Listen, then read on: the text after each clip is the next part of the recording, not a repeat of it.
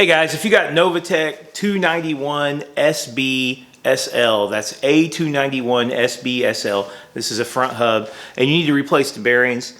You can do it yourself. You don't really need any special tools. So the bearings are, if you look up the bearings, you'll find the size. I got these on eBay. They're ceramic, and they were about $12. They're I think, hybrid. Hybrid ceramic. So I've already took one bearing out. And so here's the bearing that I took out. You can see it's right there. So it was kind of crunchy feeling. It had a lot of side-to-side lateral play, so I thought it was time for new bearings. So the first step is these end caps. They just snap off, so there's no bolts on them. If you have other Novatec hubs sometimes, or some other like hubs, you'll find that you have like a little set screw or something you have to pop off, but on these, it just pops on and off the axle. There's a one-piece axle that runs through the middle of the hub, and you'll know it's one piece if you turn one side and the other side turns. You know, once you have the end caps off, you know it's a one-piece hub. And if it's a one-piece hub, then you have to use that axle, a one-piece axle, then you have to use that one-piece axle to knock out the bearings. And it's really gonna seem almost like you're gonna have to hit it really hard. Like, I was surprised by how hard I had to hit it to knock one side out. Once you get one side out, you knock the other side out. So I'm gonna show you how hard you actually have to hit it. And all you really need is some kind of like, you know, you don't need a rubber mallet. You just need some kind of block of wood so that you don't end up like denting or smashing that axle. So once you have the end caps off, you take your block of wood, of some kind of wood. You need to have the rim, like, see, I've got it supported here on some carbon handlebars, random tools, and you know, you need to have it somewhat so you know it has to be open at the bottom. So I got half the rim on the workbench, half the rim out, and then you're just going to take your hammer and hit it.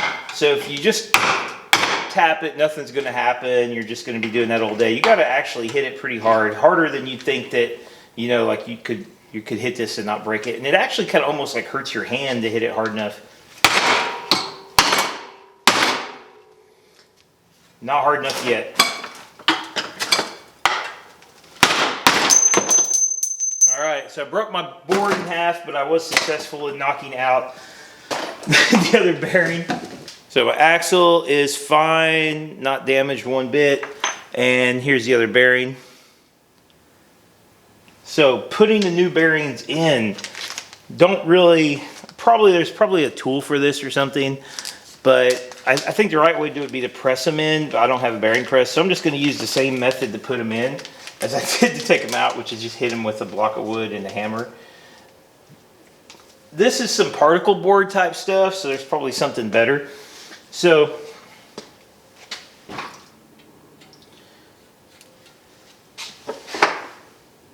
obviously you need to put the axle back in, because once the bearings are in, you won't be able to put the axle in. It's got lips on the inside, so I want that to be in. I don't really need it in for the first one, but it might help. It might help kind of guide it and keep it straight. I'm not sure. So in this case, yeah, it's going to make it where I can't really press it. So axle can't be in for the first one here. So I'm just going to take this block of wood and start off by just kind of lightly tapping the bearing. See if I can get it started nice and straight. A little crooked, not too bad. Needs to be hit down here a little bit. Pro tip, sometimes you can turn the board sideways and sometimes you can turn it flat. See what happens. Alright, I think I'm ready to put some more power into this now.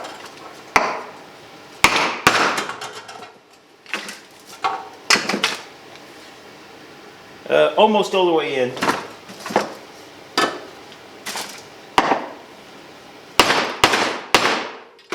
Ow, that hurts. It really hurts your fingers to hit it as hard. Okay. It is all the way in. Okay, so now I have to put this bearing, I have to have the axle in because you can't put the axle in with the bearing. So this is where it's going to get confusing, right? So my other new bearing in the bag from the hub doctor the axle is going to stick out. They may not be able, I'm not sure how to tap it in with just a block of wood here.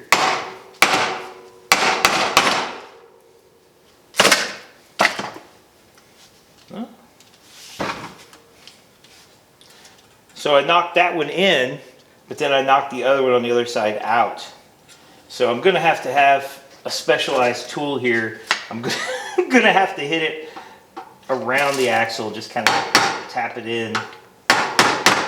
Yeah, that's working. It's pressing it in.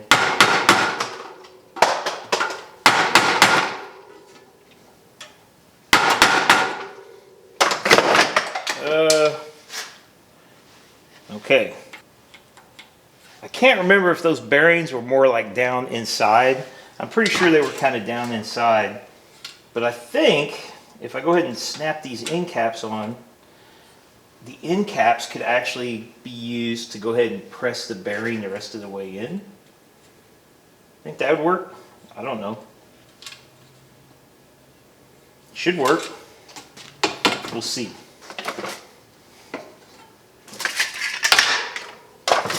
Hatch kit got in the way.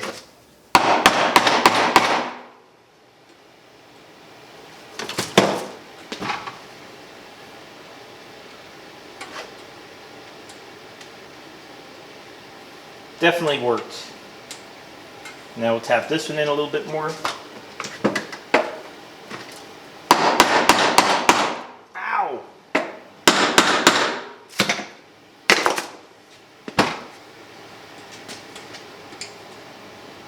Okay. There's no more play in the axle. The bearings are all the way in. The end caps snap on just fine. Snap. Snap.